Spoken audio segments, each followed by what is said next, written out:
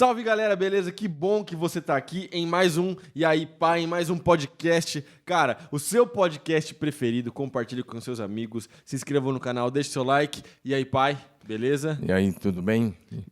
Prazer estar aqui com vocês e vamos ao papo de hoje. Eu, particularmente, acho que meu pai fica muito bonito de azul. Não é verdade? Olha só, que Cara, ser humano tá. maravilhoso. Essa parte você corta. Não vai cortar, não. Essa vai pro ar. Essa vai pro ar. Pai, como é que você tá, pai? Você tá bem? Tá tranquilo? Estou jóia, graças a Deus. Pai, seguinte, eu quero conversar com você hoje um assunto que eu sei que você gosta muito e um assunto que eu sei que você domina. E aí as pessoas podem estar perguntando assim, qual é o assunto que o pastor Domingos não domina? Eu não conheço. Tem muita coisa que eu não talvez sei. solda de navio seja um assunto que você não domina tanto. Mas Misericórdia. fora isso, mas vamos lá.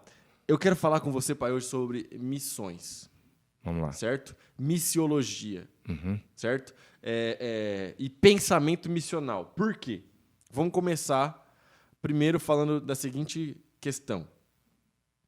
Todo mundo é missionário ou missionário é só o cara que cruza o Oceano Atlântico, vai para outro continente para a pregação do evangelho? Eu acho que o ideal era que todo discípulo fosse um missionário, mas infelizmente não é assim, né? A grande tarefa da evangelização foi dada a todos os discípulos de Jesus, o ide por todo mundo, fazer discípulo, pregar o evangelho a toda criatura, de Marcos 16, 15, 16, é para todo que crê.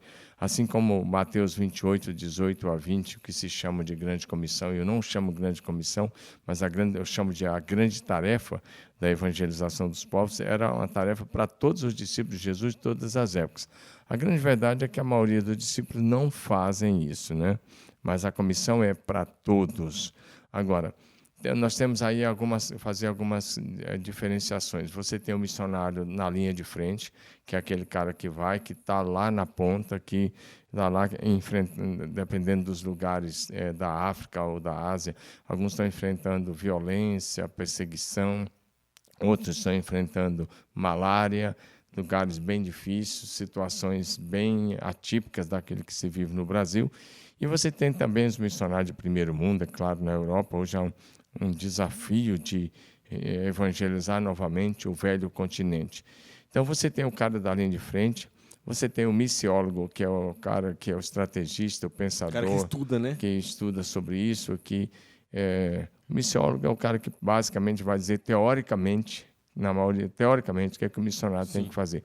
Só que na maioria das vezes os missionários da linha de frente dão um show em cima do teórico, né? Com certeza. Eles sabem muito mais do que o missiólogo. Sem sombra de dúvida. Então, quando eu era criança, tinha uma família de missionários que passava lá na terra do meu pai. Nós morávamos numa fazenda muito simples. Eu, meu pai, minha mãe, nós somos 8 irmãos, todo mundo morava em casa nessa época. E uma família de missionários que trabalhavam entre os índios xerentes passavam sempre lá. Sim. Naquela fazenda. Era o pastor Rinaldo de Matos e a sua esposa e os filhos. Eu lembro direitinho, eles tinham uma rural, o carro deles era uma rural Williams, verde. E aí ele na frente com a esposa e botava 6 filhos atrás. Naquela época não tinha esse negócio de superlotação, não era tudo, cabia todo mundo dentro. E às vezes paravam lá em casa para almoçar na casa dos nossos pais, e a gente gostava de receber eles. Eles bem alemães, bem branquinho alemão mesmo, eles são de origem alemã. E eles passavam lá. Mas o tempo passou, eu me converti, eles continuaram trabalhando lá, depois ele foi ser diretor da ALEM, que é a Aliança Linguística e Missionária, é um centro de treinamento missionário na linguística que fica em Brasília. Da hora. Ele se tornou diretor da ALEM em Brasília, mas continuava dando assessoria lá no trabalho dos xerentes. Mas esse é um diretor que tem conhecimento de causa, né? Porque sim, estava no campo. Sim. Todos eles com muito conhecimento. Então, só dizendo isso. E depois, quando eu me formei e me casei, fui ser pastor em Curitiba, eu fui solteiro de lá, me casei, eu fui fazer um mestrado exatamente nessa área de missiologia, lá no CEM, no Centro Evangélico de Missões. E quando eu fui estudar no mestrado, em um dos módulos, o pastor Rinaldo de Matos estava lá para fazer o mestrado junto comigo. Agora eu era o ex-garotinho lá, do garoto lá, que ele passava lá na casa dos meus pais, quando ele ia para a aldeia, naquela rural. Agora a gente estava na mesma sala, juntos, e um dia ele resolveu fazer um culto indígena lá, e foi muito legal, com pala e bananeira, aquelas coisas todas. Mas a grande verdade é que eu citei isso, que vai dizer que, nesse caso, por exemplo, o pastor Rinaldo de Matos, que está na ativa até hoje, ele sabia muito mais do que todos os missiólogos. Podia juntar todo mundo ali que sabia muito mais. E uma capacidade incrível, fala vários idiomas, e estava dando a vida lá. Mas aí, como que o tempo passa e as coisas acontecem, e de repente ele foi lá fazer um módulo do mestrado junto com a gente. Antecipou um assunto que eu ia falar. Desculpa. Não tem problema, tá de boa. Que você ia falar sobre... Eu ia falar sobre... Eu ia te perguntar sobre missões na prática e missões na teoria. Então já vamos desenrolar essa parada agora, depois a gente volta a respeito de sermos todos missionários. Por quê, pai? Eu não vou falar aqui, obviamente, o nome da instituição nem nada, mas tinha uma galera que dava um curso sobre missões no Oriente Médio, quando eu estudava lá em BH. E eles falavam sobre alcançar os povos árabes. E era interessante que todo mundo que dava aula nunca tinha ido para o Oriente Médio. Então eu achava muito engraçado. E aí, por isso que eu, obviamente, não fiz o curso. Eu falei, cara, eu não vou fazer esse módulo, porque...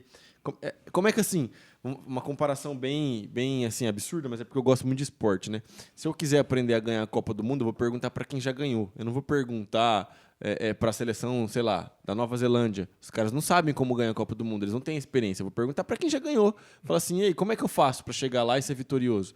E é muito engraçado, porque tem uma galera hoje, e esse movimento é muito forte, talvez não mais tão forte assim, mas já foi bastante forte aqui no Brasil, do que uma galera que estuda muito sobre missões e que faz curso e aprende sobre evangelismo transcultural, mas que nunca viveu na prática a missão. Então, eu queria que você falasse um pouco sobre isso, pai, a respeito dessa questão. Missões na prática e missões na teoria. Você já disse, né? Os caras que ficam só lendo livros sobre missões para depois dar aula de missões sem ter experiência missionária, fica uma situação difícil. Você sabe que eu já estive no Oriente Médio muitas vezes, várias vezes. Eu já estive lá pelo Oriente Médio fazendo essas viagens missionárias em vários países ali. E aí você vai encontrar algumas coisas, talvez também... Você vai encontrar também o missionário brasileiro que está lá, que não influencia ninguém. Não dá fruto. Ele faz só teologia presencial. Ele está presente lá naquele país, naquela cidade, mas ele não ganha ninguém, ele fica lá. Isso acontece na Europa, no Oriente Médio, na África. Eu conheço em todos esses lugares que eu estou falando. Não é teoria. Eu convivi com esse missionário. E você tem os missionários que estão na linha de frente. Eu diria que essa questão missiológica ela é bem séria, porque aquela ideia de um estrangeiro, por exemplo, para a Índia, vamos pegar um exemplo, um estrangeiro para a Índia, até aprender a língua, até aprender os costumes, vai aprender uma língua. Vai demorar um tempo. E tem centenas de línguas e dialetos, ele não vai chegar em lugar nenhum, ele vai ficar lá, às vezes vai ficar uns 5, 10 anos, depois ele volta para casa depressivo, e às vezes vai ter que ficar uns 2 anos aí frequentando clínica de recuperação para sair, no sentido de... Fazendo terapia, né? Fazendo terapia para ficar livre da depressão. O cara se frustra. O correto não é isso.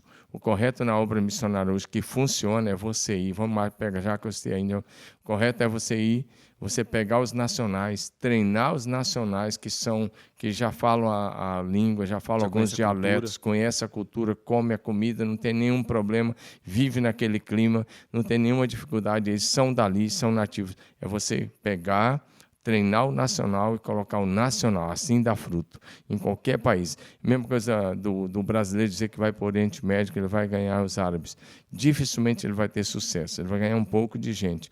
Se ele quiser ter sucesso, ele vai ter que fazer o mesmo processo, ele tem que ir... Discipular os locais, ele tem que pegar os locais, discipular e colocar eles, que conhecem os costumes e a cultura daqueles povos que convivem com eles. Assim, o sucesso é garantido. Os mas grandes o estrangeiro, missionários transculturais fizeram exatamente isso, né? Eles chegaram, mesmo que eles eram de outro lugar, eles chegaram lá e eles discipularam os nativos, e através dos nativos eles ganharam outros nativos. A Igreja Evangélica Brasileira é fruto de missões. Sim. Quem vieram para cá, primeiramente, foram os americanos, né? Através da Igreja Presbiteriana, em seguida da Igreja Batista. Igreja Batista aqui em Santa Bárbara, né? E aqui, então, desde os anos 1850, 51 para cá, os presbiterianos e os batistas já estavam aí, e eles foram começando, se bem que aqui em Santa Bárbara eles não tinham esse grupo de Santa Bárbara não tinha um trabalho missionário, não vieram para fazer missões, vieram fugindo da guerra. Né? Eles eram sulistas e eles eram até escravagistas, mas os que vieram com a intenção de missões foram outros grupos, né, que começaram pela Bahia e Rio de Janeiro, São Paulo, mas e o Brasil é fruto de um trabalho missionário. Mas a grande verdade é que o trabalho brasileiro só avançou, a evangelização do Brasil avançou quando ela passou para as mãos dos nacionais, porque o estrangeiro estava aqui, ele tinha um bom salário, ele ganhava em dólar, ele estava tudo certinho. Terra. Eles não vou dizer isso, mas eles não tinham necessidade de fazer com que a igreja crescesse tanto. A ideia era outra, era ir plantando pequenas igrejas. Foi um excelente trabalho. Nós temos dívidas espirituais com eles, com os irmãos americanos, ingleses, suecos, suíços e alemães, que foram os povos, as nações que mandaram missionários para o Brasil, mas a igreja cresceu quando os nacionais assumiram. Mas nós temos essa dívida de gratidão, de amor, e temos que pagar isso enviando nossos missionários também para lá. Inclusive, eu acredito que um avanço muito considerável da igreja, a gente já falou sobre isso, eu acho que você concorda comigo, foi quando os pentecostais chegaram no Brasil e eles fizeram bastante esse movimento também de cuidar dos nativos lá no norte do Brasil e de lá o evangelho se espalhou de uma forma exponencial. Aí você está falando dos dois irmãos, né, que, na verdade, eles eram suecos, que foram para os Estados Unidos, tiveram uma experiência pentecostal na Rua Azusa, lá com o William Seymour, bem no comecinho do movimento. O movimento lá tinha começado em 1906, a experiência deles lá foi em 1910, por aí. Vieram para o Brasil e se tornaram membros da primeira Igreja Batista de Belém, no Pará. E depois de um ano, eles saíram e começaram o que é hoje a Assembleia de Deus. A Assembleia de Deus no mundo nasceu aqui no Brasil. Então, na verdade, esses dois irmãos começaram a Assembleia de Deus lá em Belém. Hoje o pastor da primeira Assembleia de Deus do Brasil e do mundo chama-se Samuel Câmara, ele que é o pastor titular lá da sede das Assembleias de Deus. E o movimento assembleiano se espalhou pelo Brasil e pelo mundo todo. Né? No mundo todo. Mas uma das coisas boas que a Assembleia fez, hoje já não faz mais tanto, foi usar o que se chama de leigos. Né? Então, não eram pastores formais, não era gente com a cabeça cheia de cultura religiosa, teológica. A cada igreja, o pastor começava a pregar, os cultos começavam a acontecer, de repente tinha uma vila lá para ser alcançada, tinha alguma coisa, eles falavam, olha, Deus está mandando você ir. E o cara ia com a cara e a coragem e fazia. Isso ainda acontece. Eu estava no meio do deserto do Atacama, há poucos anos atrás, numa das viagens ao Chile, e no meio do deserto do Atacama eu encontrei um casal de missionários da Assembleia de Deus, lá de Rondônia. E eu perguntei, como é que está o teu sustento aqui? Ele falou, não tem sustento. Como é que você veio?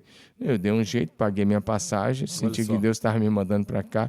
Agora imagina um lugar que há 150 anos não chove, no altiplano do deserto do Atacama, vivendo a uns 2.800 metros de altitude, numa cidadezinha que tem minas de cobre em volta, minas de outros produtos lá, minerais, e que a poeira, só de a gente ficar ali algumas horas, a sinusite já ataca. Eu não viveria numa situação como essa. Você fica com dor de cabeça incrível por causa da poeira. E não é que você está olhando aquela poeira, aquela coisa, aquele pó que está hoje, que quem sabe à noite vai cair um sereno, e quem sabe um dia aquela poeira vai passar. Não, nunca vai passar. Não, negócio... Faz quantos anos que não chove lá? Mais de 150 anos. Pois é. E esse casal estava lá vivendo. Eu fui pregar nessa cidade, numa igreja batista, e esse casal estava lá, sendo oriundos de Rondônia, né? Então, assim que as Assembleias de Deus se expandiram, esse é um movimento muito interessante. Agora, houveram alguns missionários brasileiros que tiveram muito sucesso em alguns lugares da África, né? Ronaldo Lidório é um deles, é um dos ícones aí do movimento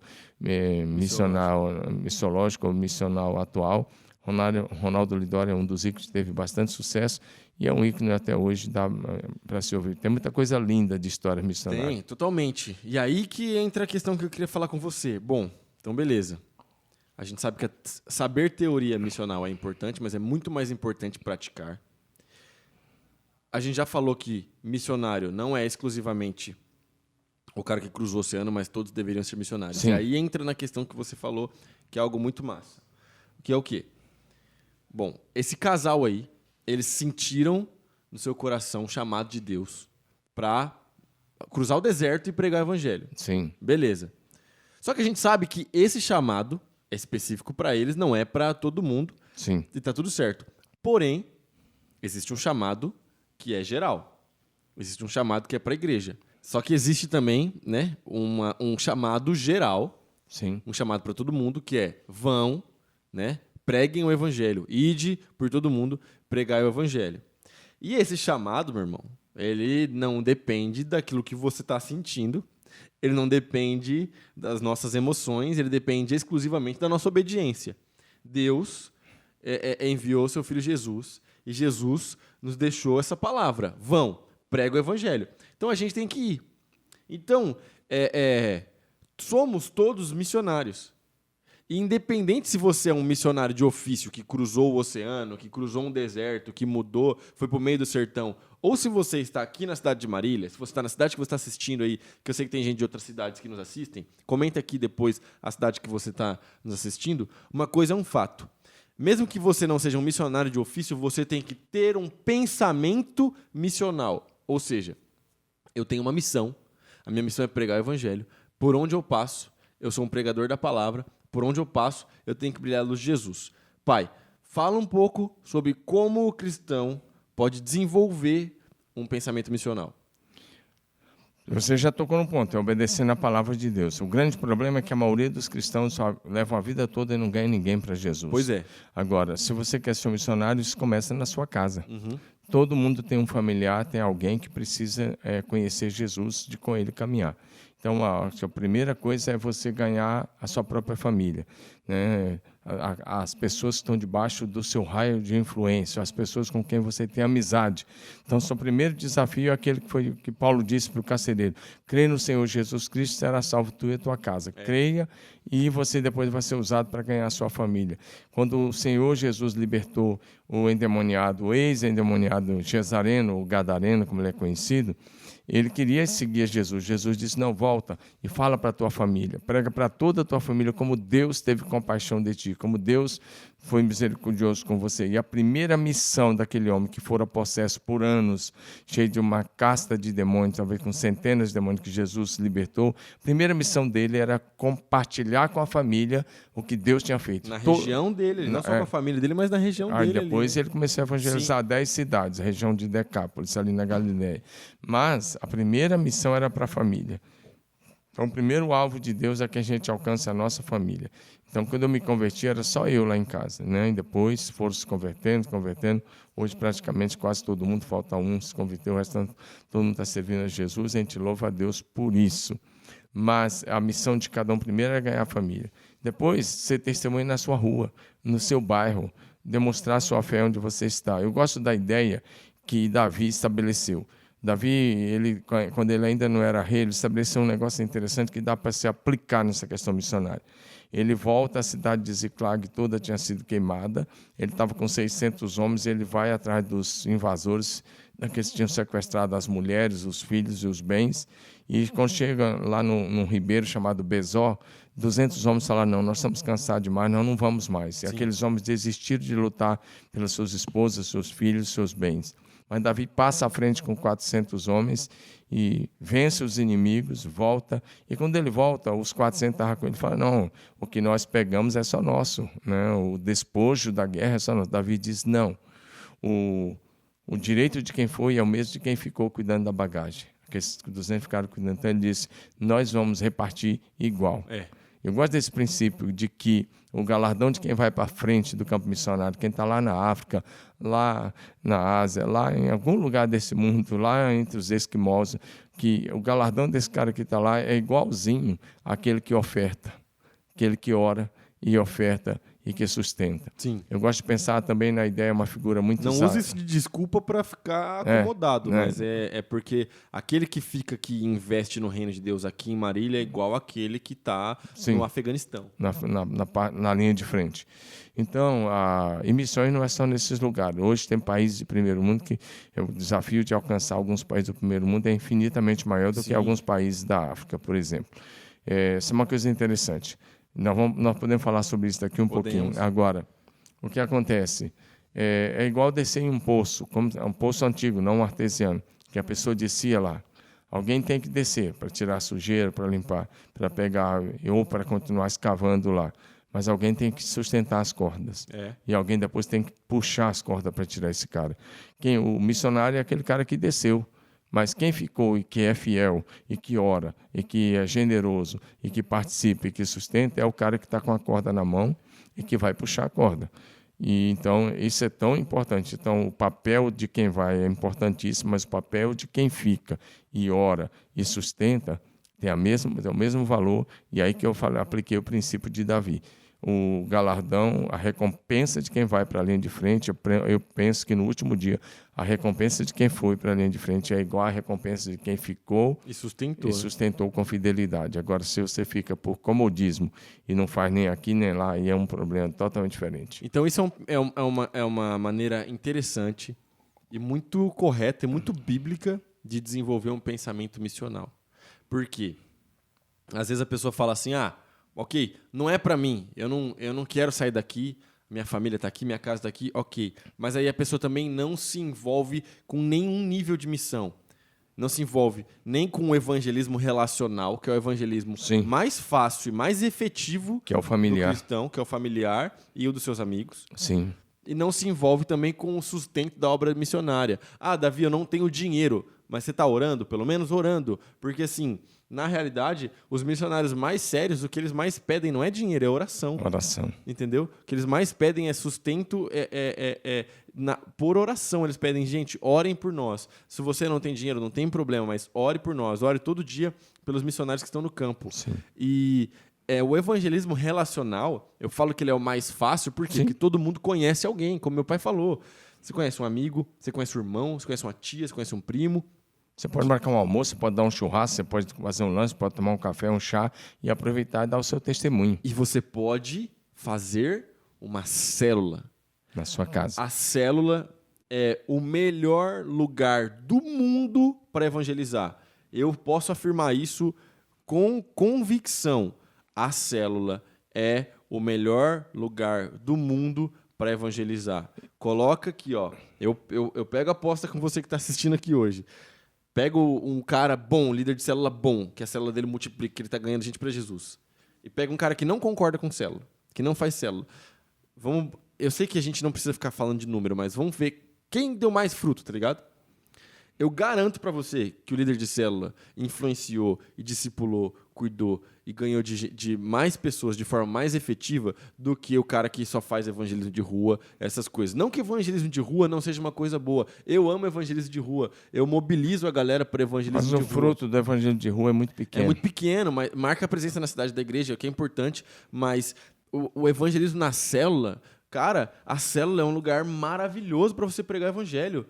Tá ligado? Aí a galera fala assim, Davi, eu sou evangelista e na pandemia eu tô me sentindo desanimado. Eu ouvi isso, pai. Porque não consegui ir pra rua para pregar o evangelho. Irmão, você abriu uma videochamada com seus amigos aí da faculdade para pregar o evangelho? Tá ligado? Você pode fazer uma célula online. Você fez uma célula online, você fez uma chamada no Zoom, alguma parada. Brother, pelo amor de Deus, a pregação do evangelho continua. Não limita a pregação do evangelho a você ir no semáforo, cara. Tá ligado? E a outra coisa, não vai esperar agora o vírus passar para você pregar o evangelho. Porque se você for esperar, você não vai pregar mais nunca. É verdade. Porque assim como está aí o vírus do Zika e da chikungunya e outros aí, que estão aí há anos, daqui para frente nós vamos ter que conviver com isso. Sim, nós vamos ter que tomar vacina todo ano. A humanidade vai ter que se imunizar todos os anos. Então, peraí, se você for esperar isso passar para você ganhar alma, você não vai ganhar mais nunca, porque agora vai ter que conviver com isso. Então, vence o medo e começa a pregar o evangelho. Hoje mesmo eu estava ali fora e eu estava mostrando agora que eu recebi de ontem aqui, hoje nós estamos aqui, recebi ontem de um membro da igreja muito simples, que você conhece, é uma pessoa muito querida. E vou falar aqui, ontem na casa dele tinha 44 pessoas, né? Parece arriscado falar isso, mas tinha 44 pessoas presencial. E tem que multiplicar em 4, urgente lá. Mas se você pegar... É que ele tem um quintal muito grande, então ele faz aberto, as cadeiras ficam espaçadas. Sim, tranquilo. Um quintal mega. É um quintal bem grande. Mega. Daí fica, e também não é dentro da sala dele, é num salão à parte lá. Agora... A família abre a casa 3 vezes por semana. Segunda-feira eles têm um grupo de Casado para Sempre com 5 casais, mais ele e a esposa que dão. Na quarta eles têm uma célula mega, né? E na quinta de manhã ele já mandou a foto de hoje. Ele faz um café para homens. Hoje ele tinha 14 homens no café. Pregando evangelho, cara. Então, e se você pega alguns pastores ou líderes aí que ficam só na teoria, eles vão levar a vida toda, talvez não vão ganhar 44 pessoas para Jesus. Pois é. Agora, esse homem que eu estou falando, ele é semi-analfabeto. Você só precisa ser cheio do Espírito Santo, ser cheio do amor de Deus, repartir o amor de Deus, abrir sua casa e demonstrar muito amor às pessoas e criar um ambiente de comunhão, e as pessoas irão. E Sim. detalhe, onde essa família mora, eles não têm vizinhos. Não tem vizinho nem na direita, nem na esquerda, nem na frente, nem atrás. Né? Então, as pessoas se deslocam para ir até lá. Né? Tem gente que mora no fim da Nova Marília e vai lá, que fica lá na região oeste, bem longe. Quem te impede de pregar o evangelho é você mesmo, porque o Espírito Santo só te impulsiona para a pregação do evangelho. E aí eu gosto de pensar o seguinte, por exemplo, um jovem universitário, ele tem em média 4 anos na faculdade, certo? Um adolescente, que é o ministério que eu lidero hoje, ele tem 3 anos no ensino médio, certo? Meu irmão, 3 anos no ensino médio, 4 anos na faculdade. Se você não ganhar ninguém da sua sala, nenhuma pessoa, o problema não está na sala, não está no fato de que as pessoas são descrentes, o problema está em você, com todo respeito. Mas você que não cumpriu com a tua missão. 4 anos dentro de uma sala de aula, vendo as mesmas pessoas. Tudo bem que tem uma galera que sai, tem uma galera que chega nova, mas, meu irmão, você tem amigo na faculdade, 4 anos na sala de aula, para não ganhar ninguém para Jesus, você precisa rever aí seus conceitos, com todo respeito. Mas, assim, não tem como, sabe? Ou porque a palavra de Deus diz, nós somos o sal da terra, nós somos a luz do mundo, certo? A palavra de Deus diz, é impossível esconder uma cidade edificada sobre um monte, certo? E por quê? Porque você vê de longe. Quando você está chegando numa cidade que é mais alta, você já viajou de carro, você sabe disso. Uma cidade é mais alta, a cidade é num morro, a cidade é num lugar elevado, você consegue ver de longe, a quilômetros de distância, aquela cidade, certo? Se for à noite, você vê as luzes da cidade. Da mesma forma, se você é um filho de Deus, se você é uma filha de Deus, de longe, as pessoas têm que perceber a diferença que você faz. Então, 4 anos numa sala de aula, 5 anos, às vezes, dependendo do curso, é suficiente para que você possa brilhar a luz de Jesus, para que pelo menos uma pessoa se converta ao Senhor Jesus. O duro é que algum desses jovens, às vezes, chega e diz que quer ser missionário transcultural, quer ir para outro país. Mas nunca ganhou alguém aqui, não multiplica uma célula, não vai bem na igreja local. Me deixa pistola, aí quer ir lá para fora. Se me procurar numa situação como essa, eu falo, não, meu querido, primeiro você vai frutificar aqui. Porque quem não frutifica onde está, não vai frutificar onde for. Para você ser frutífero num país que você vai ter que aprender a língua, aprender a cultura, aprender uma série de coisas, né, sobre costumes e culturas daqueles povos ou daquele povo, e você quer ir para a linha de frente, primeiro, seja uma bênção aqui. Sim. Primeiro, dá fruto aqui. Primeiro multiplica a sua célula, ganha gente, aprende a cuidar aqui. Então, a nossa igreja ela é uma escola, Davi. Aqui é uma escola fantástica. O cara que passar por aqui, que ele aprender a cuidar de família, aprender a cuidar de célula, aprender a discipular, ele pode ir para qualquer lugar do mundo que ele é um cristão frutífero. Agora, ele tem que aprender e fazer as coisas. Se ele fizer aqui, porque todo mundo aqui tem espaço para trabalhar. Sim. No domingo, nós somos uma grande congregação reunida em vários horários. Nós temos 4 horários de culto no domingo, temos culto na sexta, temos culto no sábado. Por enquanto, estamos com 6 cultos só no fim de semana, mas vai voltar mais, se Deus quiser, logo, assim que as coisas melhorarem. Mas você tem, no domingo, nós somos uma grande congregação reunida em vários horários. Mas, na quarta-feira, nós somos a menor igreja da cidade, reunida em pequenos grupos familiares, nós chamamos de célula. Você pode chamar o que você quiser, célula, coinonia, pequeno grupo, como você quiser. E nós chamamos de célula, mas é a menor igreja da cidade na quarta-feira, porque, ao invés de ter um culto, nós podemos ter 500, 600, podemos ter 1.000 acontecendo no mesmo horário, quantos quiserem no mesmo horário, basta cada um abrir sua casa. E na hora do discipulado, nós somos um grupo ainda menor. Nós somos uma micro-igreja. Então, você tem a oportunidade de estar num micro, que é o pequeno grupo, né? Ou 1 a 1, o MDA.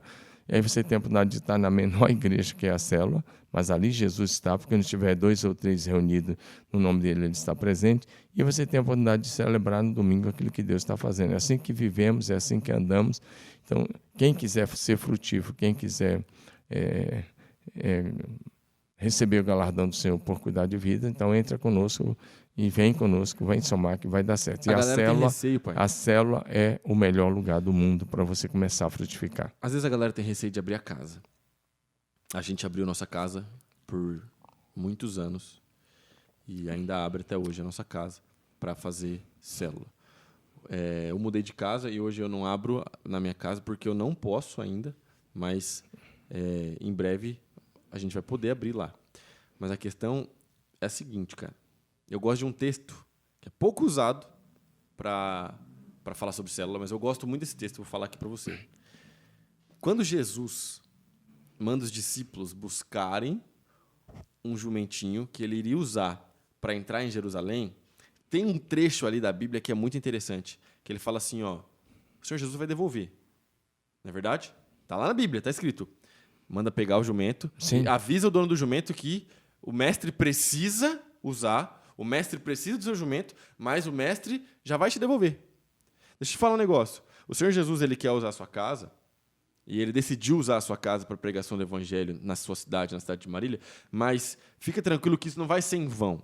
Você não vai abrir a sua casa e você vai perder a sua casa. Pelo contrário, você vai ser abençoado com isso. Pode pegar testemunho de todo mundo que abriu a casa e essas pessoas que abriram a casa, elas receberam algo de volta do Senhor Jesus. Isso não é evangelho da prosperidade. Eu não estou falando que abrindo sua casa você vai ficar milionário. Eu estou falando que abrindo sua casa você vai receber do Espírito Santo. Você vai receber dons, você vai ver as pessoas sendo curadas na sua casa. Se você não começar a cumprir o ID de Jesus aqui na sua casa, na sua rua, no seu bairro, na sua cidade, não adianta querer ir lá para fora. A galera que não dá fruto aqui não vai dar fruto nos Estados Unidos. A galera que não dá fruto aqui não vai dar fruto na Europa, não vai dar fruto na África. Porque se você não dá fruto no seu quintal, mano, não adianta você querer ganhar o mundo inteiro.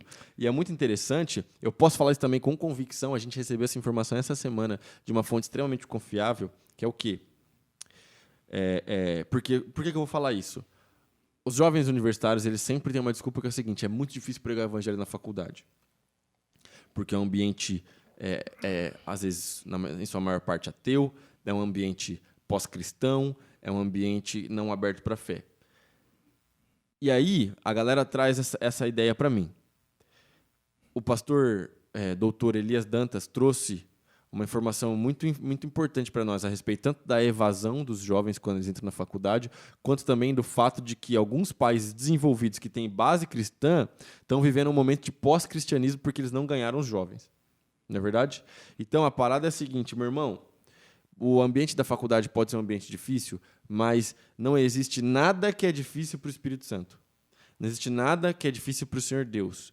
Então, alimente coragem no seu coração e seja um missionário dentro da sua faculdade, seja um missionário na sala de aula. Não abra mão dos seus princípios, que eu tenho certeza que isso vai fazer com que você colha bons frutos.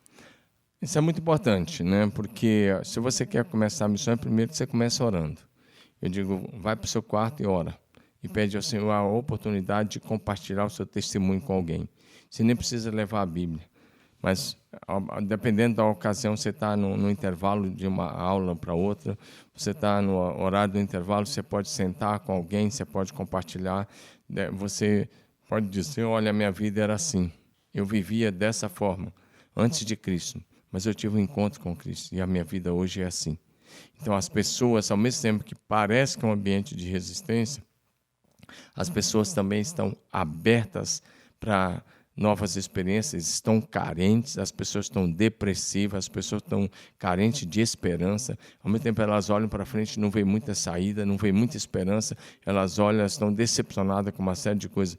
E você tem a mensagem de esperança. Sim. Aliás, a Igreja de Jesus, a verdadeira Igreja de Jesus é a esperança do mundo. A mensagem está conosco, é a mensagem de esperança. E todos os jovens querem ouvir de esperança e querem uma causa. E a causa é Jesus. A única razão que podemos viver e devemos viver e morrer por ele, se for preciso, é Jesus. Eu queria entrar num outro ponto agora, Davi, bem interessante, porque a gente está falando aqui, você falou de teoria no começo, não parece que a gente vai ficar aqui falando, e aí as pessoas também vão dizer, mas vocês não estão fazendo missões. Nós estamos fazendo missões desde o início, desde que cheguei aqui, e nós estamos fazendo missões o tempo todo, locais, porque o Atos 1:8 diz: mas recebereis poder ao descer sobre vocês o Espírito Santo, e vocês serão minhas testemunhas, Jerusalém, Judéia, Samaria e até os confins da terra. Nossa Jerusalém é Marília, né? Nossa Judéia está em São Paulo, Samaria o Brasil e os confins da terra as nações. Nós estamos fazendo exatamente isso. Por muitos anos nós organizamos várias igrejas e demos autonomia, aqui mesmo na cidade, algumas delas, várias delas, e também na região. Mas de alguns anos para cá, precisamente de 10 anos para cá por aí, nós decidimos que não iríamos mais dar autonomia às igrejas que a gente fosse abrindo. E nisso nós estamos hoje com 28 igrejas filhas, né? Então, nós temos hoje igrejas no interior do Nordeste, interior de Pernambuco, nós temos lá na Bahia, né? Lá na Bahia não é no interior, é bem perto de Salvador, nós temos em Palmas, nós temos lá no Pará, lá em Redenção, nós temos aqui no Paraná, nós temos aqui no interior do estado de São Paulo várias, nós temos igreja aqui em São José do Rio Preto, Guaimbê, Pompeia, Exaporã, Garça, Bauru, e na capital, na Grande São Paulo, nós temos duas. Sábado eu prego em Garça. E nós temos igreja no norte do Chile, lá no deserto do Atacama, cidade de Arica, está nosso casal lá, o Renato e a Patrícia, que são daqui de Marília, estão lá. Nós temos uma linda igreja no Paraguai, na cidade de São Bernardino, e outras congregações em cidades de volta, onde está nosso pastor Carlos e a pastora Rosana, e a sua linda família, os seus 3 filhos e os obreiros, uma igreja lindíssima. Agora em março, eles batizaram 29 pessoas em um dia, entre eles 2 médicas. Então, está indo muito bem no centrão lá do Paraguai. Não é aqui na divisa, é 300 quilômetros depois da divisa, né? Nós temos apoio missionário na Europa, nós temos apoio missionário em Israel, nós temos apoio missionário na África, na Guiné-Bissau, né? Nós temos missionário lá. E nós temos 4 igrejas hoje no Japão, e nós vamos ter mais 2 logo. Hoje mesmo eu falei com o nosso casal Hélio e Lume lá do Japão, e interessante, eu chamei eles para orar. Eles estavam dentro do carro, né, como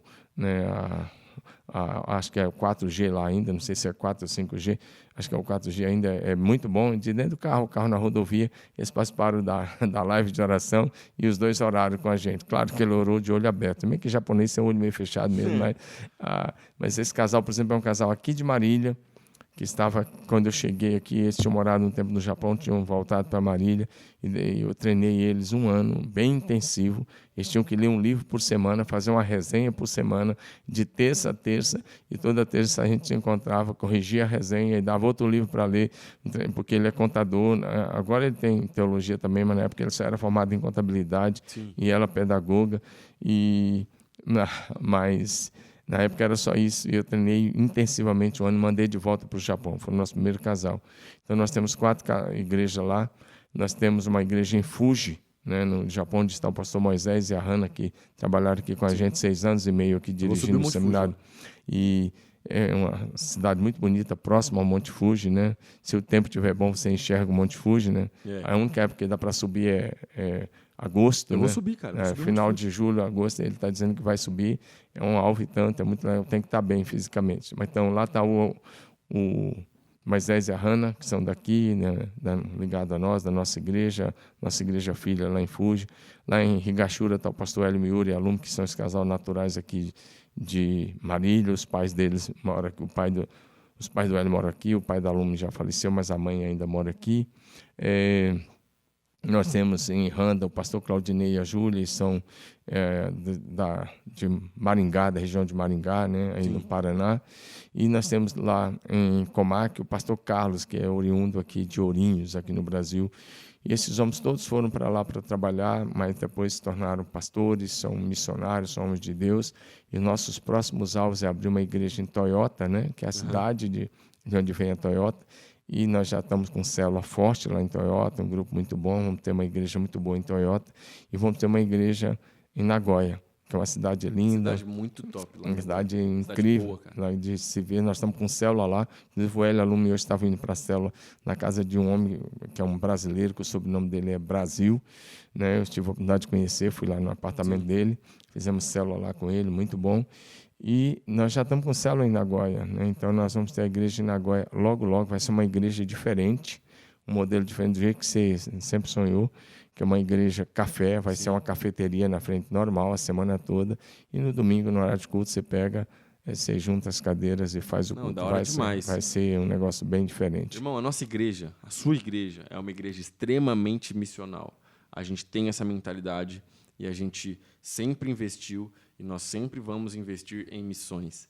Não só em missionários, como nós falamos, mas em missões aqui na nossa cidade. Sim. Nosso alvo é ganhar a nossa cidade para Jesus.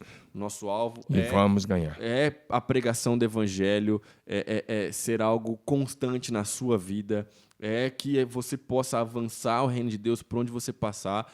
E a gente, mais do que nunca, tem fé, esperança e olha para esse alvo como algo muito real, muito atingível. E eu tenho certeza que Deus tem algo poderoso para fazer na nossa igreja, Deus tem algo poderoso para fazer na nossa cidade. Pessoas já vieram de outros lugares para vir para cá para aprender essa mentalidade missional. Só que às vezes você está aqui e acaba se acostumando. Deixa eu te falar uma coisa. Não se acostume com isso. Saiba o lugar onde você está, o valor do lugar onde você está e prega o evangelho para onde você passar, mano. Porque a igreja não é só lugar de chegada, é lugar de envio. Sim. Então, mas nós primeiro temos que enviar você para você fazer missões na sua casa. Por isso que falamos de células. Abrindo sua casa. Então, missões começam aqui, na minha casa. Nossa casa foi aberta em 1998, março de 98, para os primeiros grupos de casado para sempre que tivemos. E nunca mais fechamos. Por muitos anos, dando casado para sempre, depois célula. E a célula lá em casa era 11 da noite. Ela nunca acabava antes de 1 da manhã. Sim. E, às vezes, se fosse véspera de feriado, os caras viravam à noite lá jogando snooker. E nós continuamos fazendo a obra de Deus. Então, nós não estamos falando de teoria, estamos falando de uma coisa que a gente viveu e vive o tempo todo intensamente há mais de 20 anos. Então, nós não estamos aqui fazendo teoria em cima de você. Então, se você começa ganhando a tua família para Jesus, na tua casa, na tua rua, seus amigos, seus parentes, como eu falei, todo mundo pode testemunhar de Jesus. Se você começa fazendo isso, fica mais fácil um dia sonhar de ir lá para fora, mas não descarta. Então, por isso que eu falei Atos 1:8. É aqui em Marília, é no estado de São Paulo, é no Brasil, e é entre as nações simultaneamente. Agora, é uma coisa bem interessante dentro daquilo que o Davi estava falando, é que a gente precisa ser intencional naquilo que nós fazemos. Sim. E nós cremos numa cidade que será cheia do conhecimento da glória de Deus como as águas cobrem o mar. A Bíblia diz, pede-me e eu te darei as nações por elas. Nós estamos pedindo as famílias de Jesus, de Marília, todas as famílias de Marília para Jesus. Eu oro isso há muito tempo, que não abro mão das famílias de Marília para Jesus. Sim. Nós não queremos nada para nós não queremos nada do que os homens têm, nós queremos as almas deles para Cristo Jesus, nosso Senhor. Então, nós queremos, sim, ver e viver numa cidade transformada pelo poder do Evangelho de Jesus. Acho que é isso por hoje. A gente conseguiu falar bastante a respeito de missões, missões transculturais, missões locais, que é algo muito importante, pensamento missional, mentalidade missionária e cumprir com o propósito que Deus tem para a sua vida. Meu irmão, a gente pode desenrolar mais esse assunto, a gente pode fazer um parte 2. A gente está devendo um parte 2 já sobre viagens. E também sobre perguntas e respostas. E também um parte 2 sobre perguntas e respostas. Então, a gente vai ter vários aí, parte 2, onde a gente pode desenrolar mais o assunto. A gente pode, da próxima vez, desenrolar mais sobre missões transculturais, principalmente, que eu acho que vale muito a pena a gente falar sobre isso. Tem um livro que eu gosto muito, que eu nem citei aqui, sobre missões transculturais, que eu vou deixar para estar no parte 2, que é um dos livros que eu mais gosto na vida. Então, agora o cara levantou a lebre, fala o livro logo. Fator Melquisedeque. O Fator Melquisedeque. Esse livro mudou a minha mente, cara. É um livro fantástico. Eu gosto muito desse livro. Li lá atrás. Esse livro é antigo, mas é um livro bom. E eu acho que vale a pena, tá? Pense a respeito disso. Seja um missionário, por onde você passar. Por que ele ficou tão sério hoje? Como é que você está tão sério hoje que você ficou assim, meio concentrado? Eu tô focadaço, cara. Rapaz. Tô bem. Dá uma olhada. Eu tô olhando aqui como é que tá esse negócio. Eu tô preocupado com a final do Campeonato Paulista hoje, São Paulo e Palmeiras. Isso aí não pode ir, não. Vai sim, cara. Isso aí não. Vai sim, tem que ir, cara. Não pode ir, não. Essa daí você corta, tá? Eu sou um torcedor também, cara. Tá, torcedor não é missões. Não, mas olha só, eu creio que no Descende, quando aconteceu lá no Morumbi, o Theo fez uma oração, porque o Theo é São Paulino. E esse ano, São Paulo desencanta e ganha um título. A oração foi ano passado, já não deu certo. Então, gente, valeu demais. Deus, eu quero só dar uma deixa aqui, depois você encerra. Deus tinha um único filho, o seu filho unigênito, Jesus Cristo, e fez dele um missionário. Houve um dia que Deus enviou Jesus, ele deixou a glória do céu à direita do Pai. O Criador tornou-se criatura. O Verbo se fez carne e habitou entre nós, cheio de graça e de verdade, diz o Evangelho de João, no capítulo 1. E ele veio com a missão de buscar e salvar a humanidade perdida. Lucas 19, 10. E quando Jesus estava saindo de cena, depois da sua ressurreição, deixando seu ministério terreno, quase nos dias de subir para a direita do Pai, ele olhou para os seus discípulos, João 20, 21, e ele disse: assim como o Pai me enviou, eu também vos envio. E, havendo dito isso, soprou sobre eles e disse: receba o Espírito Santo. João 20, 21 e 22. Então, Deus fez do seu filho um missionário. Hoje nós fazemos parte da família de Deus. Hoje Jesus é como o primogênito entre muitos irmãos. Mas porque ele veio como primeiro missionário entre nós, ele nos enviou como seu representante. Como o Pai me enviou, ele disse: eu envio vocês. Você é um representante de Jesus. Ou seja, a missão que Jesus Cristo começou, agora é a nossa única missão de vida. Fazemos todas as outras coisas para o sustento da nossa casa, da nossa família. Mas nosso alvo final é tornar o nome de Jesus conhecido, exaltado, glorificado, expandir o reino de Deus na terra, fazendo missões que começam na nossa casa, na nossa rua, no nosso bairro, na nossa cidade, nosso estado, o Brasil e as nações. Você, no poder do Espírito Santo, é chamado para dar continuidade à missão de Jesus. É isso aí, galera. Tamo junto. Que Deus te abençoe. Você é um missionário. Bora fazer uma camiseta, pai, bem bonita pra gente vender ali na livraria assim, ó. Eu sou um missionário. O que você acha? Pode fazer. Bora fazer um desenho massa? Tamo junto. Se inscreva no canal, compartilha esse podcast com todo mundo, independente do lugar que você está ouvindo, se é no YouTube, se é no Spotify. Que Deus te abençoe. Fica firme. Prega o evangelho. Tamo junto. Até o próximo.